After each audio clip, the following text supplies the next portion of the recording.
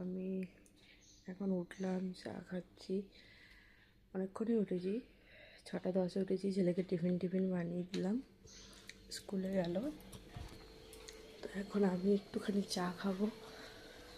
তো সকালে দুধ চা না হলে আমার পোষায় না, লাল চা ভালো লাগে না। তো ভাবলাম বেশিরভাগ দিন খাই লাল চা, দুধ চা খাবো ভাবলাম। তো এই যে দুধ চা, আর ছেলের জন্য এই যে দুধ গরম হচ্ছে, বিকেলে খাবে এসে। আর ছেলেকে পাস্তা বানিয়ে টিফিনে দিয়ে দিয়েছি। আর এইখানে আছে এই যে বাড়ির সবার জন্য পাস্তা বানিয়েছি, সবাই খাবে। আর ছেলে তো চিজ পাস্তা নিয়ে গেছে, ও এই পাস্তা খাবে না, ওর জন্য চিজ পাস্তা বানিয়েছি। আর আমাদের জন্য এই পাস্তা বানিয়েছি। মর্নিংটা কেমন হলো ফোন করে জানিও। সবাইকে গুড মর্নিং আবারও।